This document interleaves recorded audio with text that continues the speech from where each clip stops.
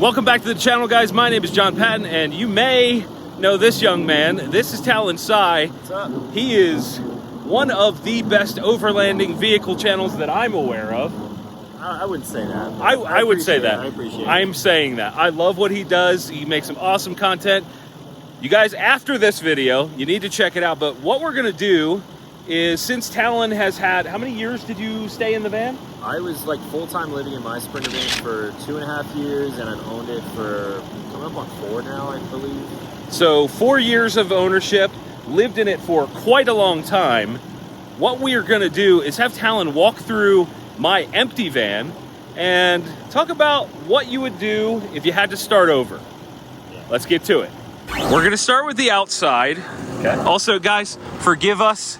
There are jets. We are in the flight path for, this is Denver. Yeah, Denver International. Yeah.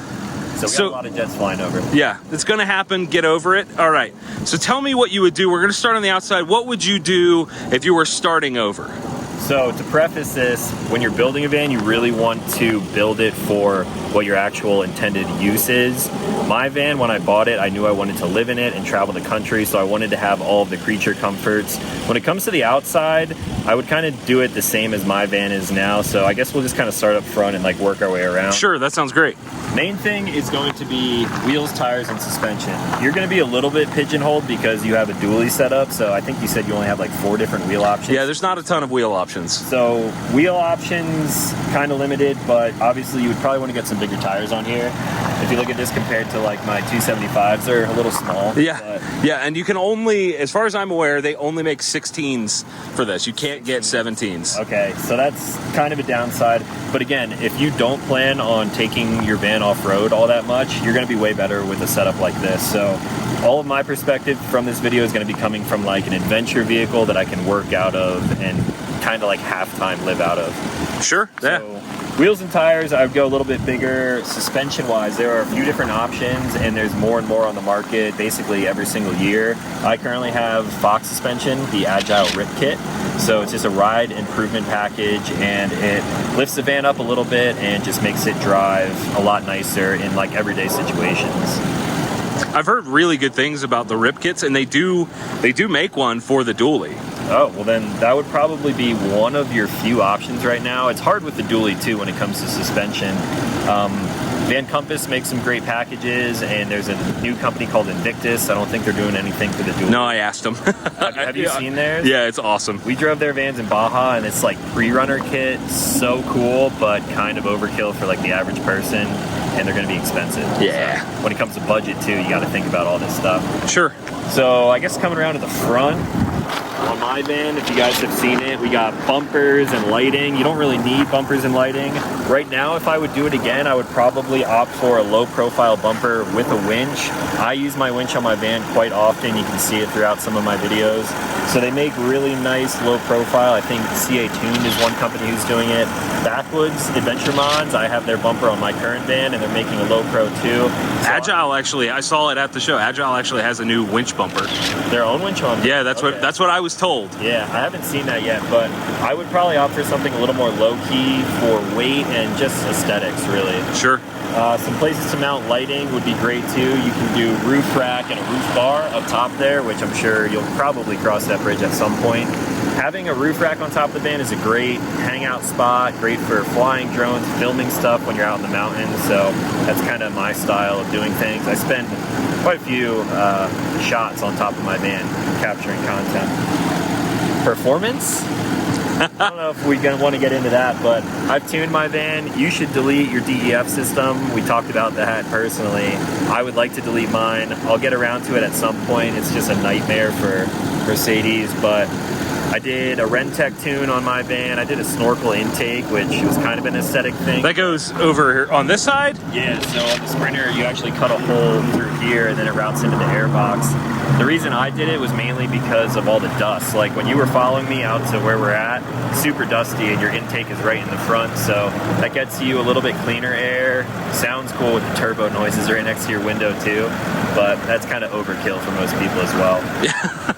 But it's not. This isn't about most people. This is about what you would do. That's true. It's what I would do with the van. So you would do another snorkel probably. I would probably do another snorkel. Everything that I just mentioned. I would personally opt for a 144 Sprinter, just like mine now. I really like the older chassis. Like, I love my chassis just because it's more analog. There's not all the creature comforts, lane change sensors, and all that junk, which is fine. I mean, it's really nice when you have that stuff, but I feel like less can go wrong when you have more of that analog system. So I guess moving our way back, windows are a great thing. You've already got, obviously, the windows in the rear, one window over there. I would probably do... Would you do like the flare space stuff, or would you just do like a window here, window back there? I mean, on the 170, there's a lot of room to play with. Yeah, so I would probably definitely opt for windows on each side. I haven't seen the new like mega flare space. Sure. It literally takes up this entire like window area. It's that big the whole way. So on the spot, thinking about it, I probably would do that because you get the window here, you also get a window in the back as well. All one piece. Those guys are good at what they do too. So yeah, I would probably do that as far as windows go. I would do the setup that I have now, actually. So a max air fan or a Dometic fan up towards the center, and then a 12 volt AC in the rear. Dometic makes great 12 volt ACs, and then we're getting into like the internal stuff now, but 12 volt AC with a beefed up power system is amazing, especially in temperatures like this. What about side steps? What do you think about those? Do you think they're valuable on these? I think they are. Like, once you lift it too, you're gonna want a little bit of a step to get up there. I think I would opt for like a really high and tight, almost like rock slider type of version. Okay. I wouldn't go for like a full step. Definitely not the ones that like just hang down. They have retractable ones too. I'm not a huge fan of that just because you're adding more electronics. Those things break too. I've seen them break. No matter what vehicle it is, they break. Or they stick down, you're gonna get mud and junk all over it. I would honestly get something similar to my truck over here. So my sliders are super high and tight and adds protection and acts as a little bit of a step as well. Sure. What about out back? Out back, well, I put a ladder on here too. Oh, right, yeah. That would go right here. I'm sure that's in your future as well. Yeah, I definitely want to try and utilize that roof space. I mean, you got like a huge platform. You could put... It's like a rooftop patio. 315 watts of solar on there and still have room to set up a chair and like smoke a cigar or something. Even with a fan and an AC, like you got so much real estate with this thing. It's large. Coming around to the back, I personally have a tire carrier. So when you do wheels and tires, I would put, personally, a full-size spare on there, and then I have the Alvan's B2 Sherpa carrier. Okay. And that's super nice. That's just a box on this side? I don't remember how you have it on the van. They do make boxes. Mine's just like a sort of like a molly panel. Oh yeah, that. Yeah. So I have rotopacks and a shovel mounted to mine. I honestly haven't used the shovel much. It's a snow shovel. For those that aren't educated, what are rotopacks? So rotopacks are like jerry cans, so you can hold extra fuel. I actually have to empty mine out. I filled up with fuel going down to Baja, and that fuel has been sitting in those rotopacks, baking in the sun for like months now. How long ago was that? That was in April. And it is now August? Yeah, I should probably just dump the fuel out, honestly. No, it's September officially today. It is September. It's September. That fuel's got to be bad. I wouldn't use that. I would personally get rid of this rear step. It's nice to have, but there's better aftermarket options. So if you're doing a low profile front bumper, I actually really like my backwoods rear bumper because it kind of has an integrated step built into it. And you're obviously going to be coming in and out of the back of the van quite often. So I just think that's like an aesthetic thing, just more low profile. You'll probably lose your sensors again, but I don't have that on my van. I think a lot of companies now for this body style or whatever, they're all making spots to mount the sensors in their bumpers that I've seen. That's true. I think Backwoods does have the ability to do that. And you can also get like a hitch mounted step too if you find a bumper you like and it doesn't have an integrated step. I've seen one called the Up Dog. And I feel like I'm obligated to at least use that just for a little bit, just so I can say I have an Up Dog. What's Up Dog? I think that's Alvan's. Is it? If I'm not mistaken. It's one of those like pretty popular companies. Yeah. There's a lot of big dogs in the space, and they're definitely up there. Agile's up there. What about, we didn't talk about lighting around the side. We talked about lighting out front. Would you do rear lighting? Do you think that's valuable? So I have a solar rechargeable, like $30 Amazon stick-on light on the back of my van. It's held on with magnets, and that thing has been on the back of my van for a while. Through dust, rain, snow, like all the elements. You've had that since the early days of the van. Yeah, it's been there for a while. So honestly, like I really like that because if I don't want it on there at night, I just pop it off. If you're gonna do fixed wiring, like thinking about... This isn't about what other people... what would you do? So I'm thinking about... I would probably just get a few of those. Really? I would get the same one I have for the rear, and then they make smaller ones, which I actually have on the Kimbo. Okay. Those are fixed into place, but I would do magnets on them.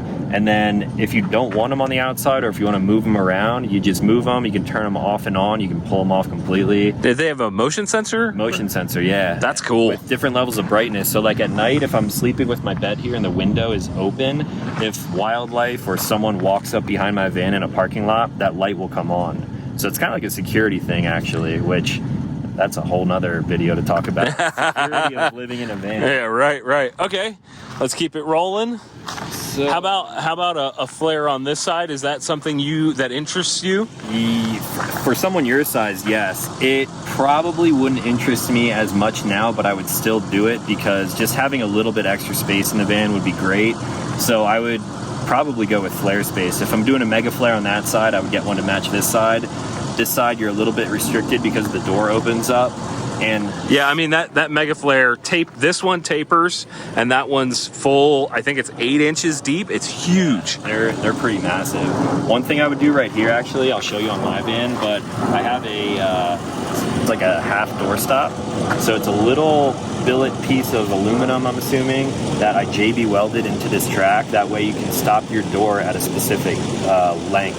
So I have my door stop right where my kitchen like counter starts. That way you don't have to have your door open all the way, but then you still can roll it over that stop and bring it all the way out. So this actually has something like that built in. Oh, you got the electric door. No, I'll show you. It'll stop halfway. Okay, yeah, I haven't seen that, but I think it's in the upper track on this. I'm not positive, but okay. I guess it's time to go inside. Let's see the half thing, guys. It's going to be a mess in here. Get over it. I'm traveling. There. Oh yeah. Okay, see? So mine doesn't have that. Would this stay open on a hill? I don't think so. I think it's only a backwards stop. Okay. So the one that I have, it's like a little ramp. So it's like a spot for it to lock into. So even on like a pretty steep hill, you can lock it into place. That I need to look into. That'd be pretty cool. I'll find the link. All right, let's go in here. We were about to hop in, but we almost got shredded apart by these things. Look at that. What are these called? Goat's heads. Goat's heads. Yeah, they are treacherous to mountain bike tires. I didn't even realize we were walking in them. I thought I had sand on my shoes, and it's just everywhere. It's bonkers. It's that Western wildlife. Western Colorado. Yeah. Okay, so we dealt with the massive spikes in our shoes. Goat heads are crazy. Dude, wow. I didn't even see that we were walking through them that whole time. We're just walking around like, oh, hey, I'm glad neither of us got stabbed in the foot. That was good. That's positive. Definitely. Okay, so we're inside the van, and just for reference, from the front of these panels to the back is about 13 feet. Yeah, that's huge. So with what van I would get, it would be the 144. So you would go short wheelbase again? I would still go short wheelbase simply because I like to go off-road.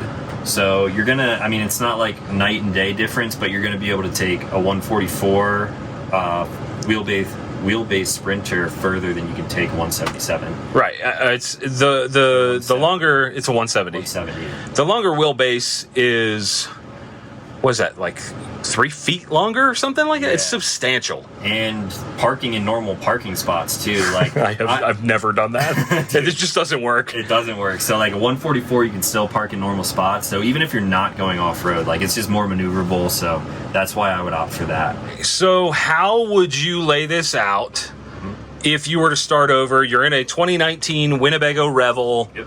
What would you do differently this go round? So, I mean, if I'm building, you're talking about building just... Yeah, like empty cargo van, what would you do? I'd love to hear your thoughts if you're okay doing the 144 and the 170 because it would be interesting to get your thoughts with that extra space. Okay. Obviously, it doesn't necessarily work as well as the 144 for going off-road, but what would you do with the extra space too? Right, let's talk about the 144 first. Okay. So I would keep it as simple as possible.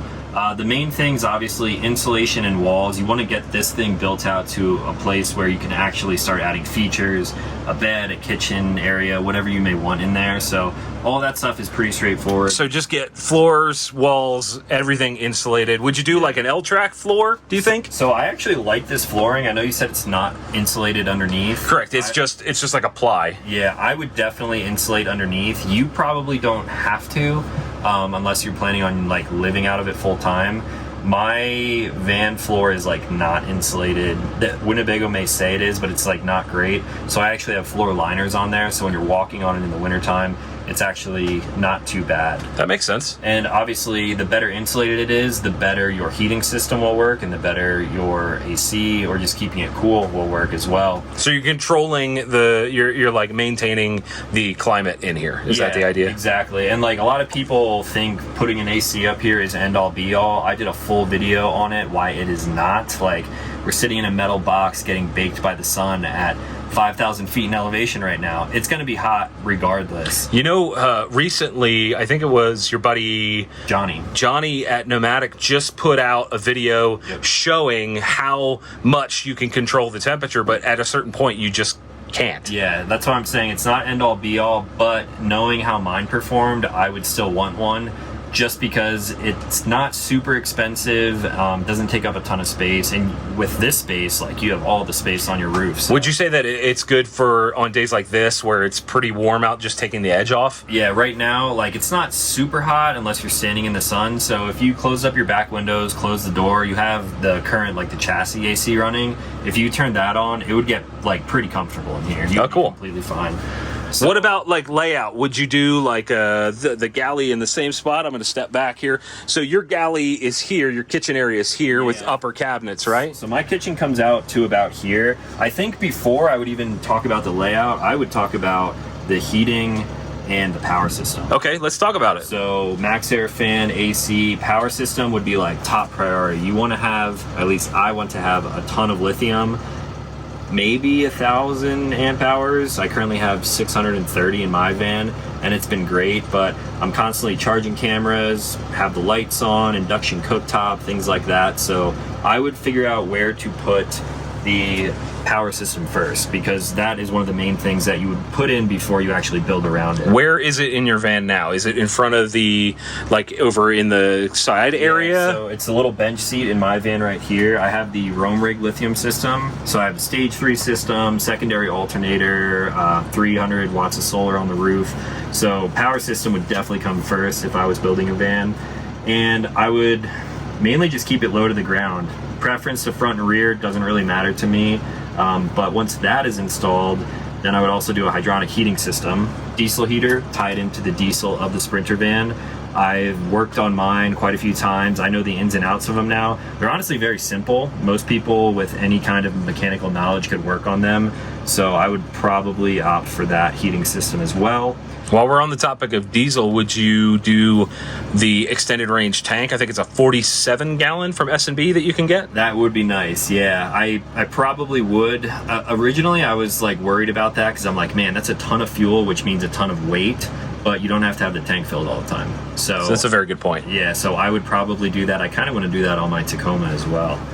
And then you would think that you would want to figure out the plumbing, but my concept of plumbing is going to be a lot different from what people would typically see in a van. So I guess we'll talk about the layout now, and then I'll talk about that plumbing afterwards. So 144 coming to, we'll say like about here. Yeah, that's where they end, and the wheels are about, I don't know, here-ish. Yeah. I would probably keep it very open. So I have walls that sort of like block off the bedroom. I have a pantry wall here, and then like my bathroom wall here. I wouldn't even put a bathroom in my van. So really, not even like a little tuck-away toilet or anything? That's something like I have one of those in my garage that I could throw in there if I wanted to, but honestly, when I'm out in the woods, don't even use it. I actually bought it for my camper.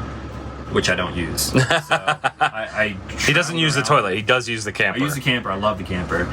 But yeah, I put the toilet in the camper, and we traveled for almost 2 months, and I didn't use it a single time. So it's just like wasted space at that point. Wow. Okay. That's good to know. That's yeah. interesting. That's why I was talking about, like, the reason you want to know how you're going to use the van before you build one is because that's like a huge thing. If you put a bathroom in here with this wheelbase, you could put it back here or wherever, and that would be great to have. But I know that I don't particularly need it, and I probably wouldn't use it even if it was there.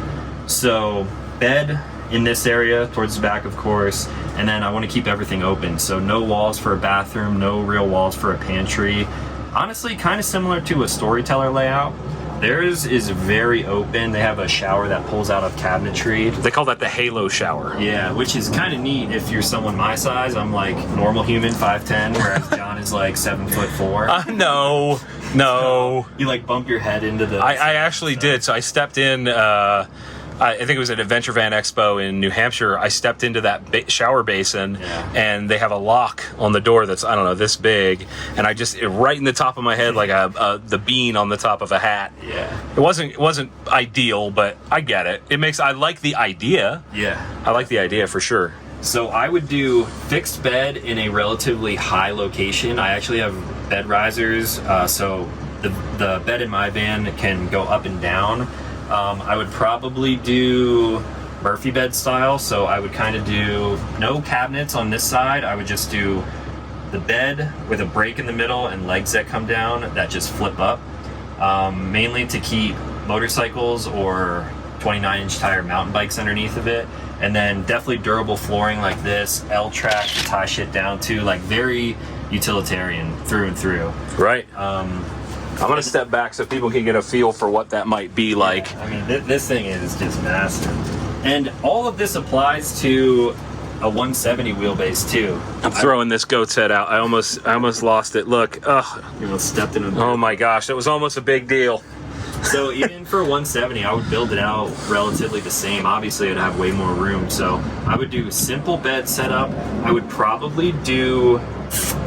Right here, I would do counter space. So for prepping or for like working? Because as a content creator, you kind of need to consider that. Yeah, I would do it just kind of multi everything. So okay. Not full-blown kitchen.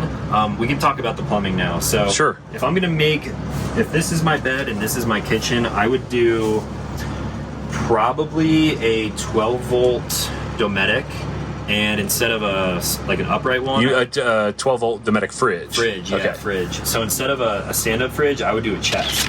The reason for that, which some people don't think about, is when you open a refrigerator, the cold kind of sinks out of it. That is actually not something I had considered. I had tossed around the idea of like the drawer style that I've seen, but even then that would probably leak out. And if you have the chest style, it stays in more efficiently at least. That's a very minimal thing, but it's something that I've thought about after living in my van and like testing all this stuff for a while. Again, you were out for, it was 2 full years? 2.5. Like the half year was kind of like living in Denver, kind of in the van. I had gotten an office at the time.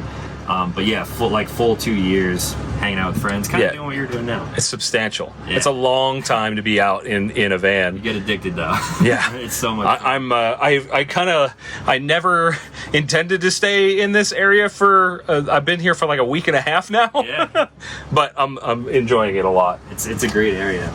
So chest, fridge. I would get the big refrigerator freezer combo. Okay. And honestly, it would probably be the whole bottom drawer. So like chest that would slide out this way, you think? Yeah, so I would have it on tracks and then I would slide it out. That way when you open it up, the cold isn't coming out. And I wouldn't even put a door on it. I would probably put it on tracks so I can slide it in and then just like pin it. Yeah. It's very simple. You don't need to cover that up. So that's what I would do for the fridge. Above that, maybe like some pull-out drawers or so, and then just a nice countertop. And then you could probably put a cabinet above there too, mainly for storage. On one of the sides, so plumbing, I would put a little sink. I would make it as deep as possible, but I would not do a ton of water, and I would not do a 12-volt pump even. So I obviously was in my van, 12-volt pump, plumbing all throughout the van, and after almost 4 years of ownership, it's a complete nightmare. Stuff breaks all the time. I've fixed the plumbing multiple times. It's actually leaking right now. You've got plenty of videos on that. Yeah, so if you ever want to see me like fighting with the van, there's videos on my channel. So what I would do is basically take inspiration from the Kimbo, and the Kimbo camper, John can show a picture of it or whatever, they are built with the opportunity for repair. So the way their water system is, it's literally just like a 2-gallon jug of water and a little sink with a hand pump. So not even, I guess I could opt for like a little rechargeable Dometic 12 pump or a 12 volt pump type of thing, but hand pump is fine. You can wash dishes, you can serve water like crazy doing it that way. And because of that, I would probably only need like a 5-gallon tank. Maybe I could squeeze a 10-gallon in, and that could even fit like somewhere, maybe on the side of the bed. So maybe like some power system and then just a water tank. Okay. That would probably be the way. So a small water tank, not a crazy amount of plumbing. So you would, because you're not going for like a flushing toilet or anything wacky like that, your water system would literally only be over here. Yeah, so I would do high and tight power system over here to keep the weight low, water, just a water tank over here to keep that low, and honestly, I would do no gray tank either, which the Kimbo is like that as well. So I've kind of learned to live in the Kimbo where it does have a shower basin, so you can like kind of shower inside, and then the hose for the shower basin and the sink run outside. So we're using biodegradable like Sea to Summit body wash and things like that. Most dish soaps are biodegradable, but obviously you want to check with whatever you're using. So using biodegradable stuff has been fine, and we've spent a lot of time in the camper. So I would just maybe put the drain going straight out the bottom of the floor, and you should be good. You know what's interesting about that is I think adopting that practice in day-to-day life anyway, like if you're in your home or something, like one of the worst things in the sewage systems right now is like these little beads, like scent beads and all that kind of crap from like laundry, bath bombs, laundry detergents, all those sorts of things, because they don't degrade efficiently. Yeah. So adopting that, yeah. And like it does no harm to the environment. Like just a little bit of water from washing your hands with biodegradable soap spills on the parking lot in a Walmart, who cares? There's definitely worse stuff on the asphalt in a Walmart parking lot. And then, so that covers the main functionality of stuff. So I would use this area. I would not do a induction cooktop. It's just super power consuming and I wouldn't need it. I have a really small gas stove that I actually have in my camper, and I bring it everywhere now. Just runs off of butane. How big is it, roughly? Like literally like this big. Okay, wow. It's tiny. So it's kind of smaller than this case that's right here. Yeah, it's even smaller than this, so it's probably about like that. Wow. It's from Gas One. It runs on butane. One thing to note about butane is that if you are in super high elevation, it will not work, which I found out the other weekend. We were camping at like 13,000 feet plus, and is there just not enough oxygen? Yeah, I guess it's not enough oxygen, or maybe the atmospheric pressure is too low. I'm not sure what causes it. Also in the cold, it doesn't work as well. So you could find the same thing, but like propane. Sure. So I would just do a little gas, which you can buy at Walmart all over the country. A little gas canister type of stove. Even a jet boil would work, but those are kind of too small if you want to like they're a little bit limiting. Yeah, I want to be able to put a frying pan down and use a frying pan and make shrimp, steak, and potatoes. That's pretty much all I eat. You gotta watch. Talon had a bunch of cooking stuff. He's got all kinds of good videos. I could reference all of the different videos. I have one question. You said cabinets up here. Would you go for hard cabinets or would you go for like a soft bag up top? That's a good question. So the soft bags that we actually saw at Expo, those are really neat. The one that was in Ty's van from Backwoods. I would probably, and I know you don't like 80/20, but I would probably build a lot of this interior stuff out of 80/20. It's a little expensive right now, but super modular, customizable, easy to work with. And when the walls are not square, like a Sprinter van, these walls, once you finish them, they're not going to be square. They're going to be kind of angled. Just makes working with that material a little bit easier.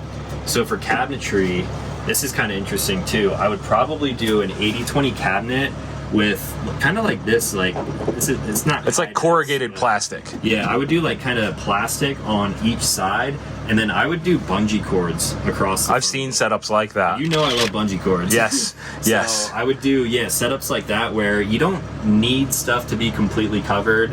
Obviously, you're going to be a little bit limited on what you put in there in case it falls out. But for the most part, like, you're going to be able to have more room. If the cabinet stops here and you're shoving a pillow or clothing up here, it can bulge out. Whereas a cabinet, you wouldn't be able to close it. So you're quite clearly a fan of flexibility. Definitely. Like, that seems to be a running theme with everything that you're telling me here. Yep. It's all about being flexible, modular. 100%. Like, that's your jam. That's cool. That's really interesting. Even like I said drawers here initially, but honestly, if it was just like a cubby with like paracord, like that bungee type of stuff across it, that would probably be fine with me. How do you feel about those like cloth square box bags things? I have a few from Step 22 and I love them. So, okay. I'm sure there are other companies out there who make some that basically, if you find a company that makes those boxes or bags that you like the cloth ones, they're like semi-rigid. Yeah, I would find one that has really good quality and I would build around those boxes. So you slide it in, pull it out, and then you can move stuff around all the time, which you're gonna find out that you have to do in a van. Okay. Sure. Okay, let's trade spots, and you come up here, and we'll talk about the front end. Okay, again, forgive the mess. I'm traveling. Get over it. You know, this is honestly making me excited. Is it? Like, I'm not even planning on building a van, but I'm like, damn. Like, if I'm envisioning it right now, and I'm Talon, I know an empty 170 that could use a hand. I can help you, but I think we have different visions. Yeah, no shit. So that's 100% true. Bed's gonna come to here. So bed would be about. Show me with your hand so I can kind of get a feel for it. If we're talking, we'll just say like right here. Okay. So the bed will come to here. Queen size bed. You got the pop outs. You got the windows and everything. I would do. So you have the galley, whatever you want to call it, right here. Yeah, kitchen area here. I would do a seat on this side. Essentially, I want this whole thing to be like a sofa. Like a big bench seat on this side in front of the bed? Yeah, just this whole wall. So you have the window behind you, just bench seating all the way down. And then for this kind of like corner here, if this is the bed, I would make this seat here fold out. So it kind of divides off the underside of the bed. Keep in mind that the bed would be open. That way you can put gear and like long things in here. So if you want to put something in there, flip that up. So it's kind of like a lounge, but also just a regular seat. Underneath all of that seat would be big open storage for camera gear, boxes, cases. I have a ton of cases like this right here, backpacks, you name it. So nice upholstery, something soft to kind of suck up all the noise. Road noise in vans like this when you're building them out is insane. With your squeak over here. Oh my goodness. And you didn't even start like building yet. Right. So then windows here, I would probably do the same style cabinet over here. The bungee style. Bungees.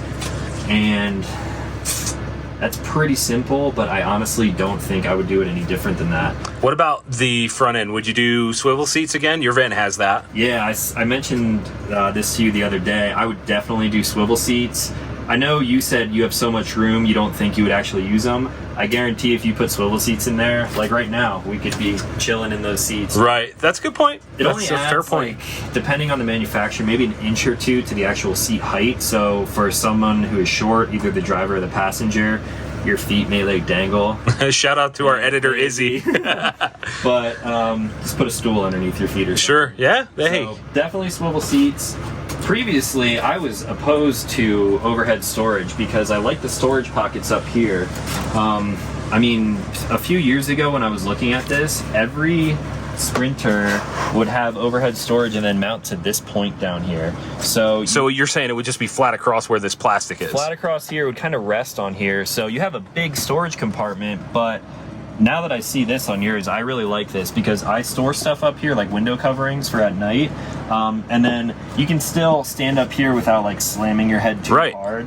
I mean, I've even bumped my head on that, and it doesn't like it flexes enough to where it's not like hitting your head on a pipe or something. It's not that bad. Yeah. Like, and I'm about 6'1" on a good day. Like, it's good. And my thought, and you sound off on this if you think it makes sense, is I think of those pockets of storage like these here. I think of them as storage for the front, the driving area, and I think of this as storage for the back. So I have that separation. Yeah, definitely. Obviously, no bulkhead. I would probably do something similar to this. I actually did this in my van when I first got it because I couldn't think of a good solution. On a 144, I just close off the windows and flip the seats around, which takes more time than pulling this across. On something this big, I kind of like this because you do have so much more room. So I've actually in my camping have done, cover the windows and or leave it open. It depends. And I think the flexibility might work for you in this, fantasy concept that we're creating, options. So yeah, I would probably do something like this, refine it to however I see fit. And then it's a little rough right now. No, it's good. It's good. And then, man, there's still so much more room because I'm thinking if this is a bench seat, another person could sleep there super comfortably. We could probably, how I mentioned, what you could do? Make it a futon. So this whole thing could be a futon that folds out to a bed? Yeah, so flip up for storage underneath and then either flip down so they accordion out into a bed because all of this is going to be open. You only have the cabinets over here. 144 to 170 wheelbase, I would do the same thing, but on the 144 I would bring the cabinetry, the little galley area, I would bring it to halfway on the door, so this is where you're walking in. On the 170 you have so much room, I would probably push it back to fit the extra length and then just have this door wide open like this. Honestly, there's been a couple times when I'll crack this open and the back doors, and the amount of airflow and just feeling of being outside is kind of cool. While you're still sheltered. What else? Man. I think... So we talked... What about lighting inside? Do you have any opinions on that? Yeah, so lighting inside, I would want... just little recessed pods inside of the insulation up here. I would try to keep everything as tight as possible, of course. And then I would want LED color temperature, so I'd want to be able to adjust that. I don't need RGB lights, but... You don't want to throw a rave in the van? No, but the lights in my van are so yellow on video, I'm constantly changing the color temp and everything. So. Yeah, it's really yellow in here sometimes too. I don't know why. I don't know. So I would do lighting like that, obviously a fan here, AC, and something else. What would it be? What about a little fold-out desk? Would you do a lagoon table or something? Yeah, so that's a good point. With this area being seating, sleeping, storage, I would probably mount it's not L-track, but it's track for lagoon tables. I would probably mount one on the back of the driver's seat, the stand that it sits on. Sure. That way you can get tables that flip up and close on top of itself, and then you can rotate it around and set it in between here for while you're driving, set a drink or food on it, whatever. But then you could also flip it around and have it right in front of you for editing or working, whatever you're doing. And then you could mount those tracks everywhere. So you could put one halfway down the bench seat, you could put one back by the bed. It's super easy to mount on 80/20. It's actually the same table. I have a lagoon table attached to 80/20 in the back of my van, which I added after the fact. Okay. So I would probably have one big table and one small table. The big one would fold, so you could store it out of the way if you don't need it, and then one small one, which I would probably leave up here full time. What about, there's one last thing that we haven't talked about. Talked about all the exterior stuff. What about the world's worst stereo that comes in these? What would you do if you had to do it again? Would you go full custom? Would you do what you did on the van? I know, educate our viewers. So I would do what I did on my van simply because when I was a teenager, I used to gut the insides of my vehicles and put big 12s in the back and amplifiers and stuff like that. Rome Rig, my buddy Aaron, shout out to Aaron, he created this system which is just basically plug and play. It works with the stock stereo. Even on my van, which is older, they work great with these vans too. Yeah, it just goes into the seat base. It drops into that yellow box there. You literally drop it in. It has currently an 8-inch subwoofer with everything built in, the amp and all the power needs that you have. And then I believe he may have a 10-inch version. Ooh. I haven't checked out the site in a while, but I didn't realize how bad the stereo was in the Sprinter van until he finally convinced me. He's like, let's do the upgrade. I was like, okay. So I upgraded it, and man, when I'm driving around in the van, I'm bumping music. It sounds like a 16-year-old driving around, just blasting super bass heavy music. Yeah, I think that covers all of the bases. I think it does too. I think it's pretty interesting to, you've got a ton of experience, so to get your opinion on all of this, I think is valuable for anybody that's trying to build a van. Is valuable for me personally, because just hearing your input gives me ideas on, what I could do with all of this space, because there is a boatload. There is a ton of space. There's a boatload of space in here. Seriously. So I guess that's it. Thank you so much for jumping in the van with me and doing this. Of course. I really appreciate it. And guys, if you want to see us do, like, maybe in the future we'll do a tour video of his van, leave a comment down below. That would be pretty cool. Next time I come back to this, the Denver area, we'll do that. Maybe we'll go out and thrash around in some van stuff. We're going to build this thing up. Yes, we are. Build videos, camping videos, all that good stuff. It's going to be awesome, guys. Check out Talon Sci. Check out, the Sci Outdoor Adventure Culture. That's it. The new channel. That's awesome. All the merch. I've got a hat up there. I just took my store offline today. No more merch for now. Really? Yeah. Oh, September 1st was the last day to get it. So look, you all missed. You all missed out. All right, guys, that's it for now. Thank you, Talon. course. We'll see you guys next time. See ya.